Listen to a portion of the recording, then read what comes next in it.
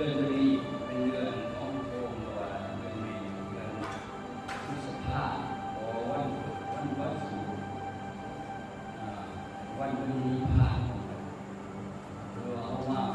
แบบทำเรียนว่าเรียนโค้ดอะไรเอามาอะไรไปภาคสวดมนต์นักโบราณว่ามีศาสนาบารมีแรงบารมีคือสุขเป็นศาสนาได้แก่ท่านก่อน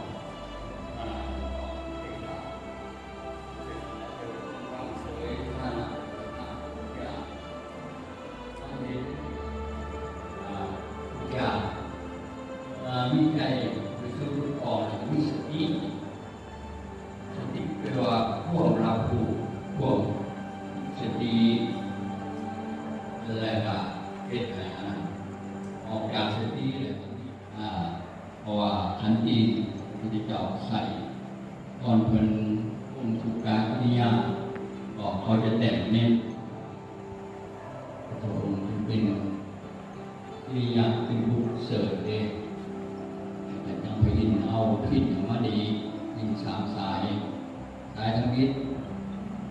ญาณสายการกำลังสายสุดท้ายเคียงอยู่เอาอยู่เห็นยังท่านยังน้อยหนึ่งนะเอาอยู่เห็นคนเดียวแล้วเข้ามาศาสนาบุตรวัดเป่าพ่วงเสด็จอย่างไรข้าวขาดว่าแบบนี้โอ้วันนี้เดี๋ยวการโมหะปัจจัยอีกเป็นบอกเป็นว่าเก่งคือวิชาผู้ยิ่งเก่งคือวันวิชาขานั่งวิชาขานี่ก็เรื่องใช้ไปเจ็ดขวบพระพุทธเจ้าจะไปให้หยาเราจะต้องไปอาไปไหวไปทุกอย่างเป็นเมียสยบ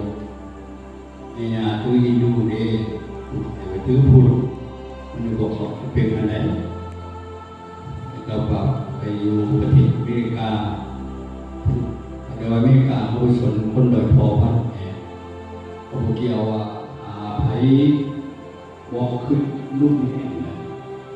ดีก็เป็นสิ่งที่ควรปฏิบัติที่ทุกคนที่สามอย่างมันเศร้าอยู่ที่ตอนเย็นอยู่ที่รถมันแย่อยู่ที่ผู้ดีวิเดียคุณเอาอย่างนี้โอที่อยากโลกไปก่อนหน่วยน้อยถ้าโลกจะหาไปหน่วยไหนหน่วยใหญ่ๆอาวิอีโอโรคอันตะโรคเอาต้องไปเที่ยวทุกทั้งหาถามบอกให้ในโลกเขาเอาอะไรเนี่ยผู้ประกรรมไปก็มาเนี่ยกรรมพันธิกรรมโยนิกรรมปฏิสนุยังธรรมังเป็นสันติหมายมาไว้พระสวดมนต์นำผู้แม่ครูอาจารย์ประกอบผลพรทั้งสี่คืออายุวันนาสุขภระพุทธิภาราติการและประธานศาสนามานิสีตาสาสุขกายสุขใจสาตนให้พ้นจากโรคภัยทั้งปวงเกินสัพพิติโยวิวัชชันตุสัพพะโลกโค